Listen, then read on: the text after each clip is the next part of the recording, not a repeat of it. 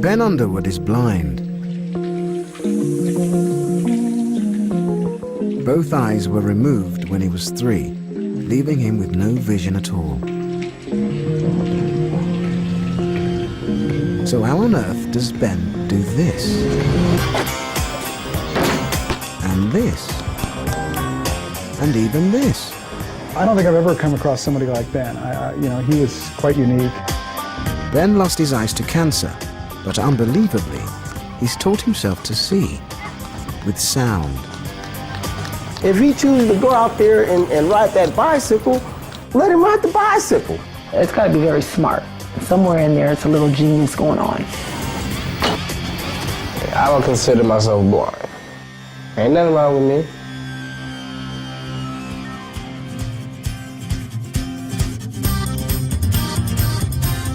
Ben Underwood and his family live in Sacramento, the state capital of California.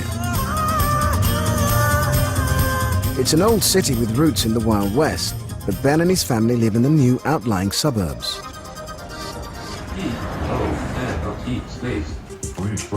Ben uses many common aids for the blind, like speaking software for the computer, so he can jot down his rap lyrics. He's also written a book and does schoolwork on a high-tech Braille writer. But what's unusual, what's truly unique, is what he doesn't use. Ben has no guide dog and never uses a white cane. He's not even using his hands. Instead, he sees with sound. He makes a sharp click which bounces back off nearby objects. Amazingly, Ben's ears pick up the echoes and he can precisely locate where things are. Ben is the only person in the world who sees using nothing but echolocation. Well, I've been able to tell where walls are and where things on the ground are. If I click down, then I can hear them easier. But if I'm walking, I'm just clicking over it, it's not going to get it. And I can tell where desks are in the classroom and stuff like that. I can hear the wall over there, the couch over there. I can hear the wall behind me. I can hear the wall over there and the TV and the computer. Yeah. Ben, I need a towel for drying because I don't have all my kitchen towels in here. All right, Mom, I'm going to go get it. Ben's echolocation is so good that at home his mum, Aquanetta, Uncle Kerry, and brother Isaiah make no allowances for his blindness at all. When I was a little kid, I didn't really know he was blind. I just knew he was my brother. Did he make it? He's determined to do what he's going to do. And he refuses for somebody to label him as blind. You see this kid that has a whole different way of thinking. It's magic and it's real. I don't think I've ever seen anyone quite as remarkable as Ben, nor have I seen anyone quite as remarkable as Ben's mom. And I think that's a lot of the secret to Ben's amazing talents. He knows that there's nothing impossible for him, and it's not. Whatever he wants to do, I tell him he can see. Aquanetta has refused to allow the loss of Ben's eyes to overshadow their lives.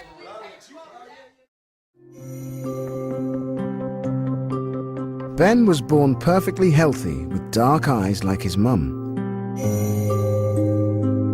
But when he was 2, she looked into his eyes and saw something was terribly wrong.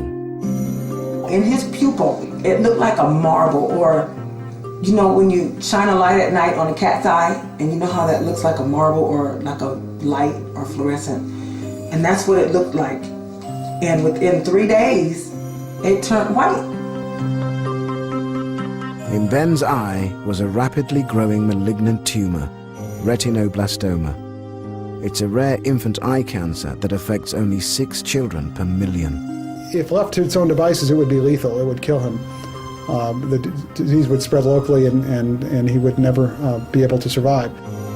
If Ben wasn't treated, it would quickly spread along the optic nerve and into his brain. If it's not caught very early, often the treatment is to have to actually remove the eye in order to save the body from having it spread. And Ben, of course, had very aggressive treatment.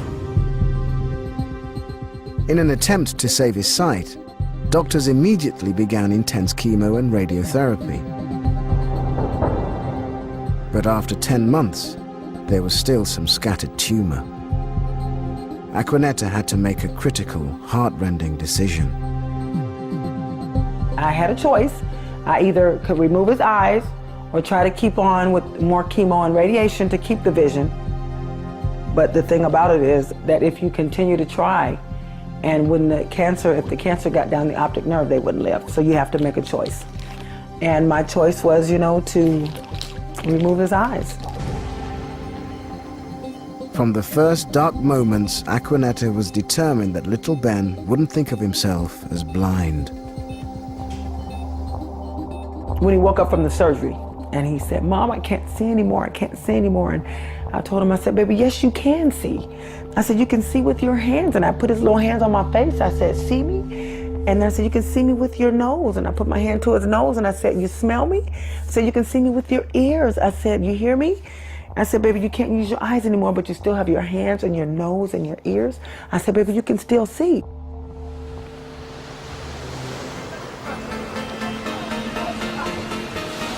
To this day, Aquanetta describes the world so Ben can experience life to the full.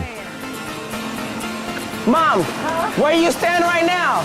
I'm right here. Whoa, snap! Where you stand, do you just see miles and miles of water? Yes, Ben. I mean, as far as my eyes can see, looking out, now I do see some mountains out there and I see clouds, but all I can see is water.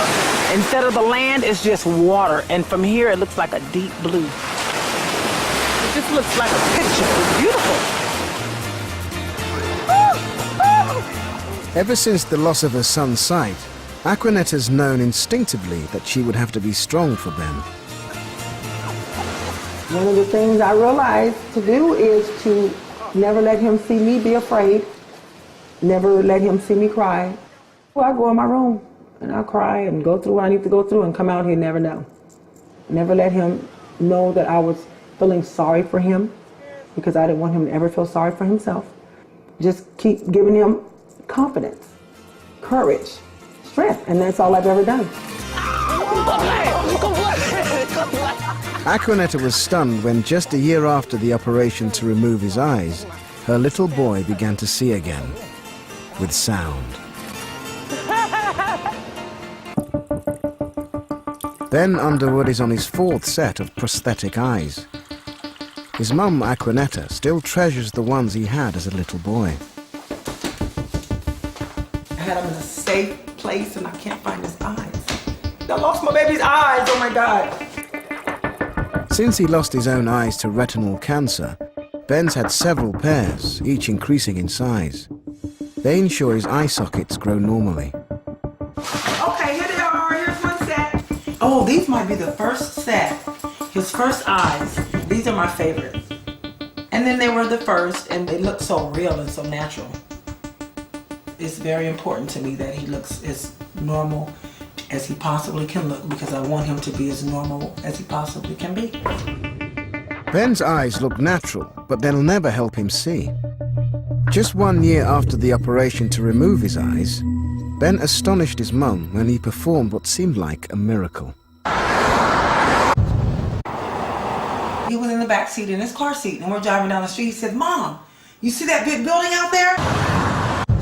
And I said, "I see the big building out there. Do you see that big building out there?" It just kind of tripped me out. I'm like, I can see this. I know this boy can't see. We see an object, like a building, because light is reflected from the surface into our eyes. Sound behaves in a similar way. Little Ben's ears were picking up the noise of city traffic, bouncing back from the big building that he was passing. Driven along in the car, Ben heard that the side streets sounded different from the buildings. He found he could form a picture of them with sound. Seeing with sound transformed Ben's life. His mum let him play in the street because his sound pictures seemed to make him more aware of danger than his sighted friends. So I would watch and see what he did, and I noticed that, you know, cars would pass by, but as soon as that car would hit the curve, he'd move out of the way. I thought, wow, you know what, he hears those cars, you know, for blocks away. So he knows before the other kids know to move, because I just recognized that, you know, he was paying more attention. Recognize that, you know, he was paying more attention. Ben's super sense amazed everyone, but this was just the beginning. When he was 7, Ben discovered a new power. He began to click. For a couple of years, it was just a habit. And then next thing you know, it was making things more distinguished for me. I was able to navigate easier and know what things are. Ben learned to bounce his clicks off objects around him, giving him an even clearer picture of his surroundings. When he was very young, I used to always tell him, Ben, make your sound. Even when you're running and playing, don't forget to make your sound. That's his survival technique. Over the years, Ben has developed his clicking into such a fine art that he can skate freely. He has the confidence and fluidity of movement through space other blind people can only dream of. Ben can see this gap in the parked cars, turn into it, and go through without touching the sides, then smoothly turn again along the pavement. He is entirely self-taught. Looking at these skills that he's developed with his own mind, I mean, that's got to be really amazing. Somewhere in there, it's a little genius going on. Ben's super sense has extended his horizons. Clicking has set him free to live life to the full. There's nothing his friends do that Ben won't attempt and conquer. Oh yeah, that's the shame. Get beat by a blind man in a video game. Everyone who meets Ben just can't believe their I'm gonna eyes. guess what you had for lunch, okay? Dr. James Rubin, Ben's eye doctor, has treated many blind children, but Ben was way outside even his experience. One day I came into the exam room and there was a boy feverishly playing his Game Boy. He looking at me like, tripping out, like, is he really playing this? I looked at him and I looked at the chart and I said, this can't be the same boy that had lost both his eyes when he was a child. It just can't be possible. And I said, oh, yeah, he's blind. He said, well, how is he playing the video game? From that point on, I was just flabbergasted. Dr. Rubin was so astonished, he told the local press. Soon, Ben was swimming with dolphins for a photo feature in People magazine. Then TV news features launched him onto the Oprah Winfrey Show. Like Ben, dolphins echolocate with clicks. They also have highly evolved hearing. The question is, have Ben's ears become super sensitive to compensate for the loss of his eyes? Pie. Pie. He. Smooth. Smooth. Book. Book. Ben is having a hearing test.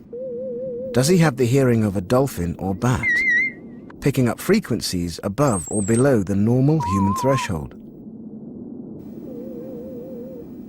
Normal hearing is from 25 decibel and above. And as you can see, Ben has normal hearing in both his right and his left ear. Ben's ears are not super sensitive, so how does he get so much information from them? Can Ben have trained his brain to translate the sound he hears into visual information? Some of the best listeners in the world are to be found in San Diego in Southern California. At the US Navy submarine base, sonar operators learn their craft. Now, snapping shrimp sounds like bacon frying in a frying pan. Whales sound like whale sound. And you have boing fish, they sound like boing. On the surface, a submarine has many ways to see where it is: radio, radar, GPS, and sight. Once submerged, these are all useless. The captain and the crew are blind, but they can still hear. Like Ben, a submarine crew sees with sound using sonar. Sonar is an acronym that stands for Sound Navigation and Ranging. It's basically the art and the science of using sound to interpret how an object moves and how far the object is away from you. When an enemy submarine is trying to hide, it goes into stealth mode, silent running. Making no noise, it is invisible to a pursuing sub. To locate it, the hunting crew must throw out a sound and listen for where the echo comes from.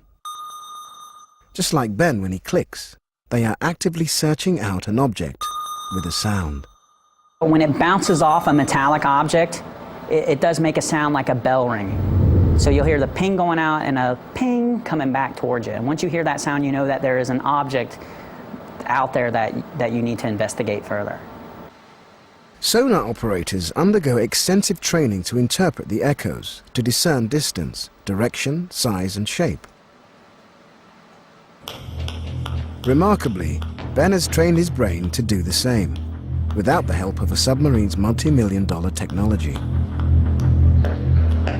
In water, even a small noise can be heard for many miles. In air, echoes are much harder to pick up. They're so faint, it's a miracle Ben can echolocate at all.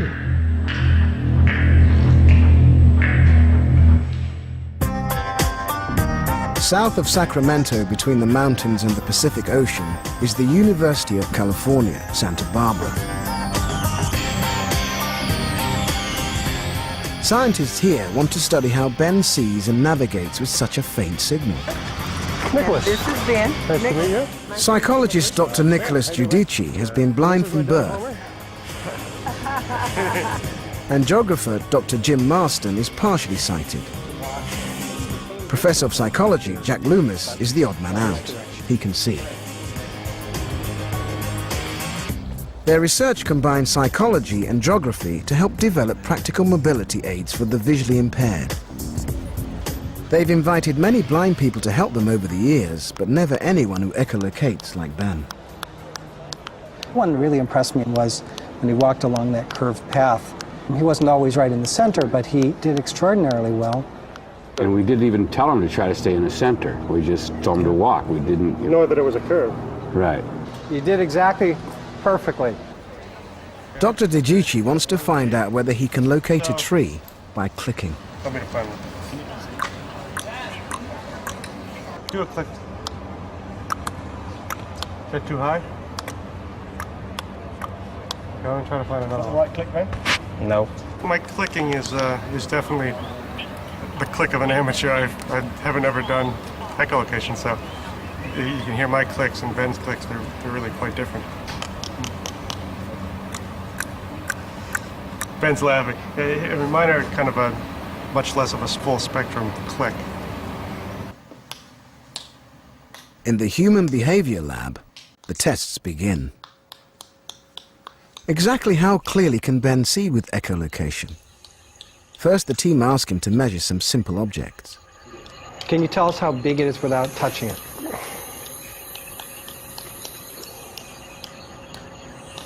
About this high. Next, the researchers investigate whether the faint echoes are enough to build a clear mental picture. Hit one of the things. Which two objects are the same?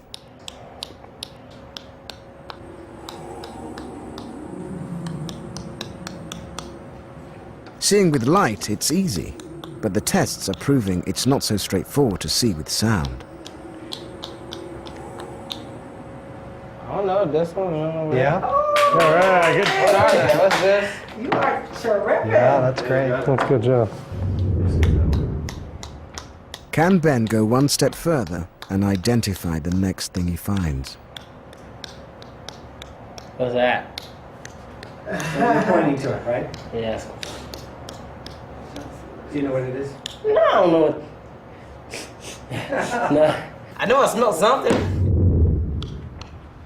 Just like submarine sonar, Ben's clicks can detect an object but not see what it is out of context. The team press on, pushing Ben to the outer limits of his ability. The The rod is a very small target to find, and it's also curved. The curved surface of the rod scatters the click. There is hardly any echo returning to Ben's ears. The audio signal is very weak. Can Ben see it at all? We want you to toss that. It is little. But just take your best guess as to where you think it is. Just point at it. Is it right over here somewhere? Touch it. Touch it. I don't know where you're talking. That is very, very little. We didn't know how big an object you could sense or how small an object. I sensed it. This I is heard it. very, I just didn't know what. But we were. That's the biggest one we were going to try, and then we're going to try some really small ones. And this is pretty much at the limit. You could sense or how small an object. I sensed and it. This I is heard very. it. I just didn't know what. But we were. That's the biggest one we were going to try, and then we're going to try some really small ones. And this is pretty much at the limit. The researchers are very surprised. If the echoes really are that tiny, Ben's skill is phenomenal. Yeah, I was very impressed today. I think we got a really good sense of where his limits are. Some of the things we found he could not do give us a much better sense of what his abilities are. It's amazing when you think of what little signal he has available. Is it right there? Yeah. It's interesting just because I'm congenitally blind but don't use echolocation. And I've never met anyone that does echolocation like he does. The proficiency of him to do that with the echolocation is pretty amazing. Hey, Ben, give me a big hug, buddy. All right. Take care.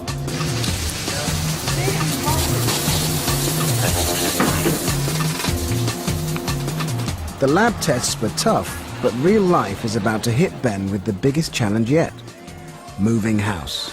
Okay, tilt it up, Tony. Tilt it up. It's disorientating even for sighted people.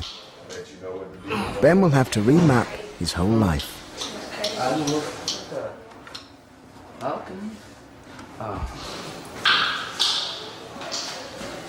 It's more wide than long. Aquanetta has uprooted the whole family for Ben. I will leave all of this. She plans a normal, independent life for her son. And at 14, the time to start learning is now. One of the main reasons for moving is so that he can walk to school and to karate. So on both sides of us, he's got school and he's got karate, he's got the grocery store. He has access to everything that he basically needs when I'm at work or I'm not around, so he can, have his independence. We got the smallest backyard ever. Serious. I definitely want him to go away to college. I want him to leave home like everybody else. I want him to be able to take care of himself like everyone else. When I get older, I want to be an inventor, actor, writer, and a game designer. There's no limit to Ben's ambition. But despite his amazing talent, he'll have to work hard on improving his mobility skills to realize his dreams. It's not going to be a big deal for me to hang out and to do what I got to do and be on my own, although I am blind. It ain't going to be no big deal at all. Where's my black shoes? Where they at? You said you put them in the car.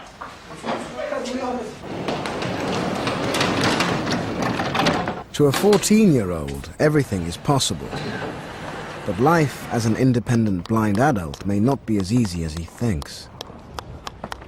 Ben has a lot to learn. What's up? Oh!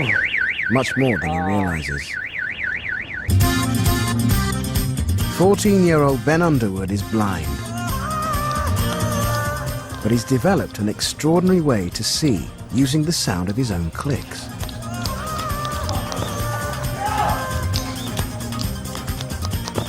His remarkable skill has given him an independence other blind kids can only dream of.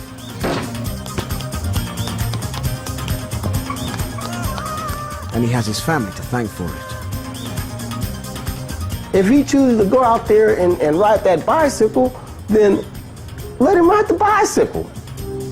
If he runs into the wall, okay, oh well, are you okay? Get your butt up and keep on moving. Ben's mum also has complete faith in his amazing echolocation. We can handicap those kids by overprotecting because of our love or our fear that they may get hurt. Today, Ben's family are moving house to give him even more independence. From his new home, he'll be able to walk to school by himself. But school hasn't always been a happy experience for Ben. 3 years ago, his mum was advised to send him to a residential school for the blind. She was told it would be good for Ben to mix with other blind kids for 1 year before high school. As soon as he arrived, he knew it was a big mistake. For some reason, I thought that all parents were like me or did what I did, or, you know, and that all blind kids were like Ben. I didn't like the blind school because it was like a school full of handicapped kids. I'm like, I don't belong here. Ain't nothing wrong with me. He went to the school and realized or found out that they're not like him. Many of the students, it turned out, had multiple disabilities. With so many vulnerable students around, staff were naturally protective. But Ben wanted to run around and play games, just as he did at home. So he wanted, you know, take his ball to school so they can do some things, and they told him, no, Ben, you can't bring that here, somebody might get hurt. It was so boring. I was literally trying to show them the outside life of playing games in the outside world, because they're basically just in a little box. You know? They've got full eye watch every second, every moment. Some staff had concerns about Ben's reliance on echolocation alone and encouraged him to use a white cane. Everybody else used a little stick. And so when they was walking, you know, they'd be like, and every time I'd be walking, I'd just walk. Ben felt the white cane represented everything he hated about being seen as blind. Now he's at the local high school, Ben likes to blend in as much as he can. People don't really realize I'm blind when they first see me because, you know, I look normal and I act normal. I'm like a normal kid. But if they don't know I'm blind and then they find out, they begin to act like I need help all the time and stuff like that. Like, I don't really need it, but we tell them, like, get off me, dang. I don't need your help, let's move. Okay. The house move means Ben and Aquanetta must map a new route to the high school. So there's a bench right here, Ben. Can you hear the bench? He needs to listen carefully. Yes, I hear the bench. And on Monday morning, he'll be going on his own. Yes, I hear whatever that is. That's another bench. So then you know you're in your right path. To keep him out of danger, Aquanetta's found a pedestrian path away from traffic. Ben would prefer a shorter route through the streets, but it crosses a major road. Why can't we go the other way? That's longer. No, it's not. Yes, it is. No, it's not. Yes, it is. No, yes, it is. Okay, I need you to pay attention to where we at. I know where we are. Even Aquanetta's safer route can't avoid cars entirely. In the mornings, Ben does not realize that traffic, everybody's going to work, taking their kids to school, that traffic is crazy. Crossing any road is potentially dangerous. US law says traffic must stop for a person holding a white cane. Ben refuses to use one. I said, but what you can do, you can take your cane, just take it with you, you don't have to hold it, and open it when you get there. And I said, Ben, all the cars will stop. He said, Mom, where did that come from? The cane is a handicap device. You don't consider yourself handicapped? No, I do not consider myself handicapped at all.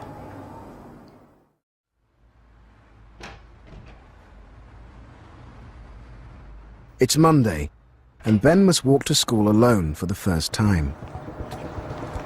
Aquanetta has shown him the route, but he wasn't paying attention.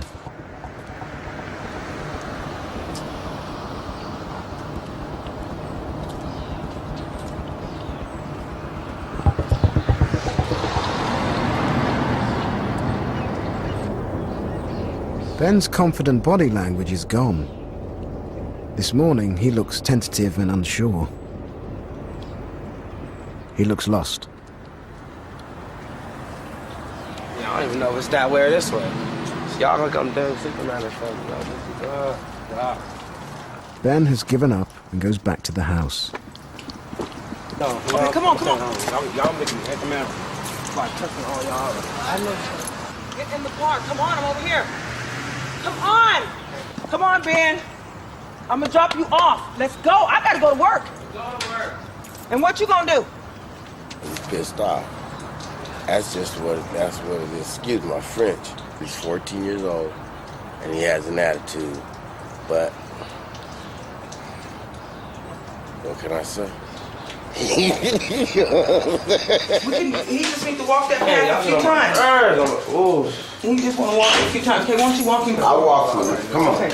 Yeah, take him to the... All right, I'll walk. Aquanetta goes off to work, leaving Uncle Kerry to help Ben walk to school. You'll see it. Okay, you can do anything you set your mind to. Okay, well, I ain't set my mind to that, so leave me alone about all that. Okay. Nobody's bothering you about it, but it's got to be done regardless.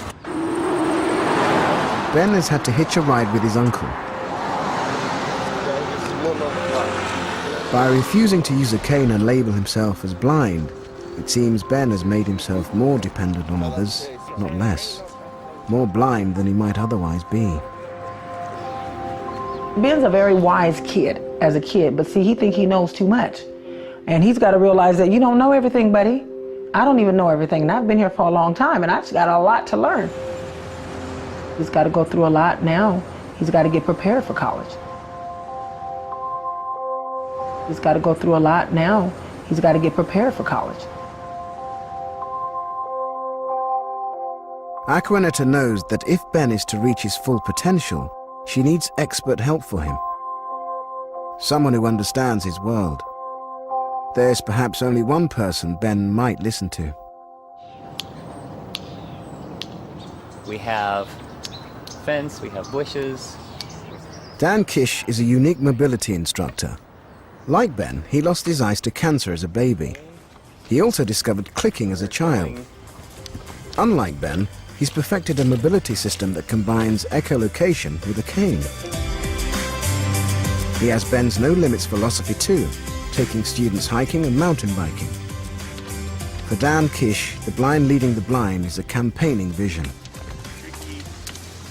I don't know.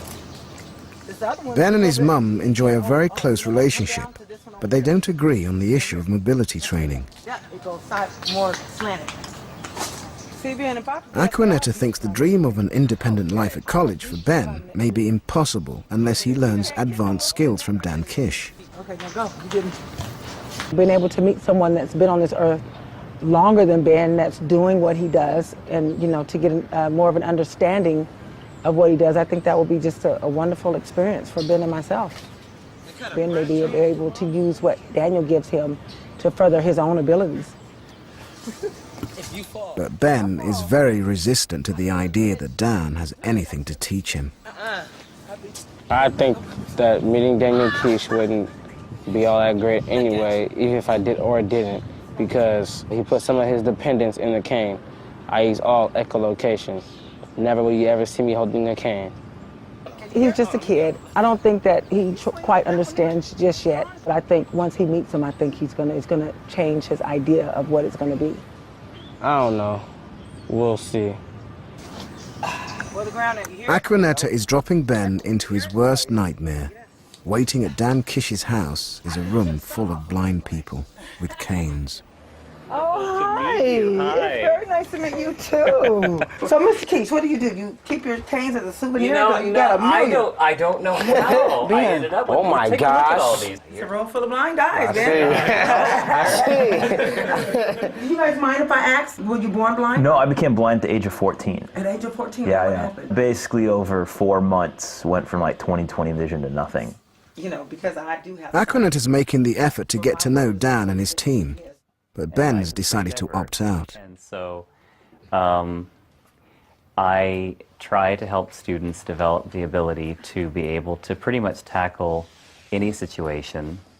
I want him to experience the world the best that he can and to see the best that he can and whatever it takes to see. I'm not going to test you. I'm not going to... I will stretch you, okay, just because I think that you're ready for some pretty advanced stuff. When I hike, for example, I'm using a cane in one hand and I'm using a hiking stick in the other, which is actually something... Why are you laughing? A cane in one hand, a hiking stick in the other. Oh, yeah. As teenagers, Hector, Brian and Juan were all trained by Dan. Now it's Ben's turn. It's their job to make it fun.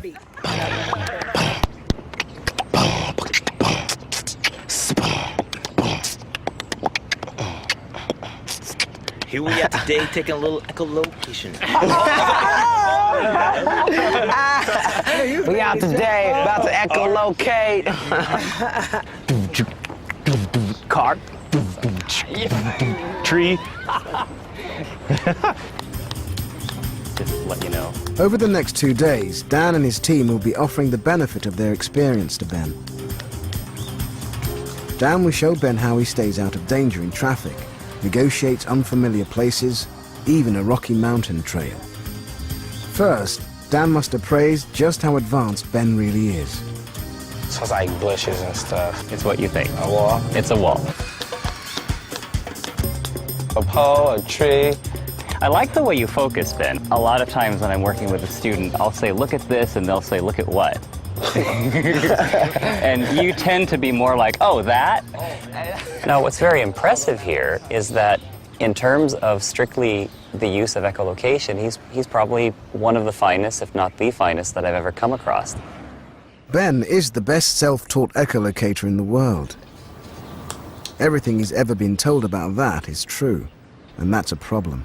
I'm a pro at this, Dan. It's gonna be impossible for me to be one of your students, man. Anyone who says, I have nothing to learn, has severely limited themselves in terms of opportunities for doing more and being more and becoming more. Dan meets Ben's challenge head-on. He takes him straight out of his comfort zone onto a busy main road. I'm gonna let you know now, I don't play with cars, so I ain't walking in the middle of this street. The gulf between Ben's lack of confidence with cars and Dan's faith in his white cane nearly gets Dan run over. Go ahead, go ahead. Go ahead! Okay, yeah, go ahead. Go ahead. Oh, good grief. Oh my gosh! Goodness gracious, y'all. Dan has experience of traveling quickly and safely all over the world, alone. Just the sort of independence he wants to teach Ben. He is a wannabe good traveler. He is literally functioning at about half or less of what I would say his capacity would be or should be. Dan chose this street because it is particularly challenging for blind travelers. If you are blind, real danger is only a footstep away. I knew I was going to hit that. I knew it. I knew it. It happens to me every... No one is surprised. This sort of thing happens a lot. Dan's first-class echolocation skills fail him. Even the cane cannot save him.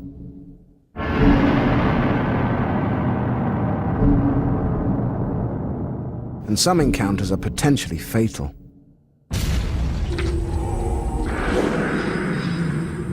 To a blind person without a cane, this is a death trap. A click cannot bounce back from a hole.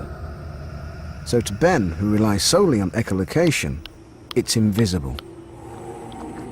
I ain't gonna touch it. Okay. I just Dan wants to show Ben that echolocation has a fatal flaw. Ben cannot see the danger. Hey, I'll let you know my hands is right here. My hands are right here. I don't know, metal. Something you could step over, like a, I don't know, could be like a curb, train track. Okay, something you can just sort of step over. Yeah. Okay.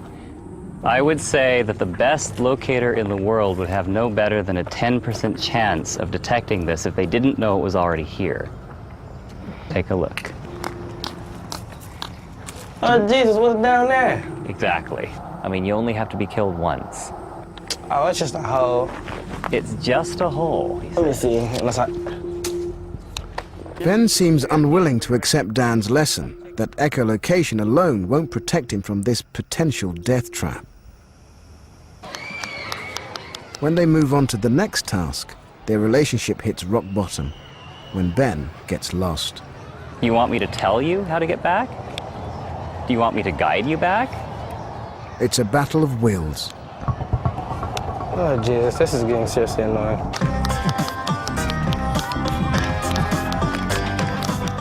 Ben Underwood and Dan Kish are both completely blind. Dan is trying to teach 14-year-old Ben extra skills to make him more independent. They both have superb echolocation, but Ben calls Dan's white cane a handicap device. Ben has a lot to learn. He just doesn't know it. How do we get out of here? Well, this is not a lesson to me. Dan wants Ben to build a mental map of the park. Ben needs to know exactly where he is in a strange place. It's a daily challenge for a blind person traveling on their own. It takes strategic thought and self-discipline. But that's no fun, and Ben is skiving.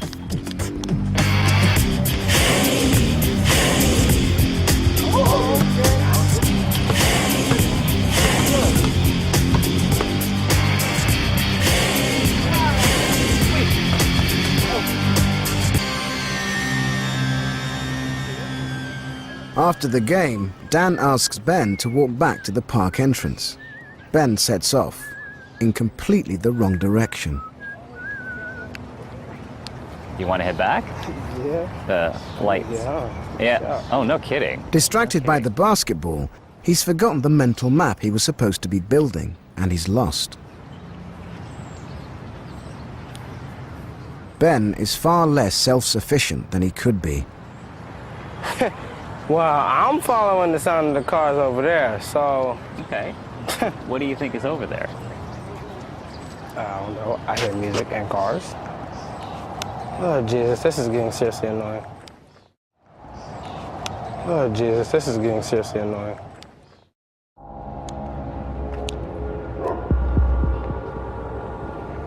Ben has now left the park.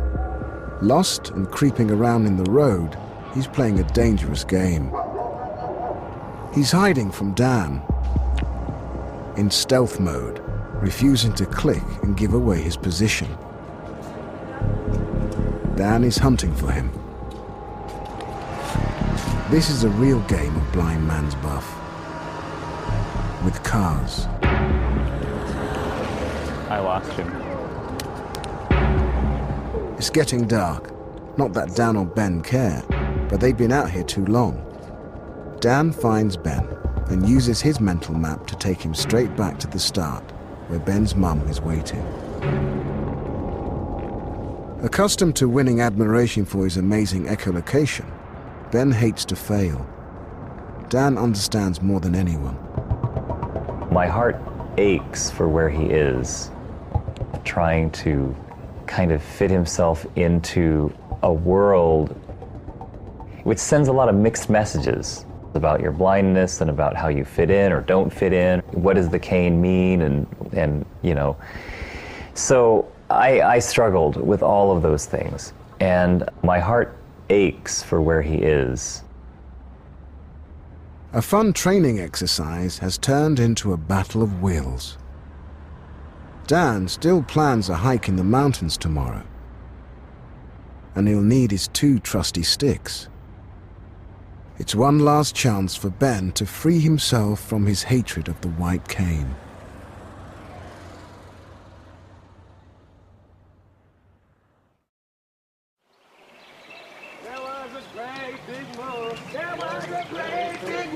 He liked to drink a lot of juice. Like to drink a lot of juice. Singing, oh, well. Singing, oh, well. Well, well, well, well. Well, well, well, well. Well, well. Ben's limited experience of blind people tells him that they are sedentary and isolated. This trip has blown that prejudice apart. When I met Dan Kish and his friends, I thought they were just going to be guys who boring, sit around, act like blind people and whatnot. But yeah, I was cruelly mistaken. So here's the joke, Ben. Yeah. There's a line of tomatoes. Uh-huh. You know, the big one is in the front and the little baby one's in the back. Shut up. So the big one goes to the little one in the back and jumps on and says, ketchup. You know what? Ketchup. Stupid. What are we walking through? A canyon, a little mini The cane is essential here for safety, close to these cliffs and rocks. Ben is taking his first steps towards accepting that the cane might make him more independent. What we have seen is glimpses of Ben spontaneously coming to use a cane as a tool, and nothing more nor less, and start to detach some of that emotional baggage from its use, and from having one, and from how it labels you, and so forth, because it's all true. Even with the hike, I mean, it was like, okay, Ben, I see you got that stick with you now, huh? Oh, y'all playing. All kind of holes in this wood. And you know, he's laughing. Oh yeah, I'm gonna take this. I'm gonna have the cane doing this. My cane keep falling in holes. So I honestly believe and know in my heart that Ben, you know, when that time comes, he'll do what he needs to do.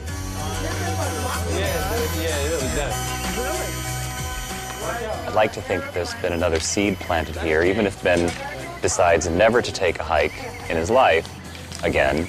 There may be something that germinates from this experience. Woo! I done put my foot dead in some water. Let's see. Oh, there go a rock right there. Right there go a rock. Oh, I'm gonna sit on top of this big old rock. Yeah. Shoot.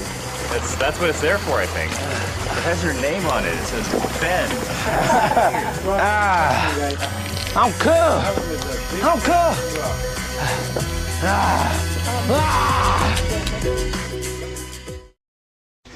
I would just take my fist and just physically just start hitting myself and slapping myself. Tourette's has hijacked these people's minds. It's like something inside you that's forcing you to do it. They've chosen to submit themselves to an operation so controversial, most neurosurgeons won't perform it. He lived for 36 years with the half-formed body of his twin in his stomach, and yet he didn't realise. Extraordinary People, the twin within the twin, is over on 5 Live in just a moment. But next year on 5, it's Prison Break.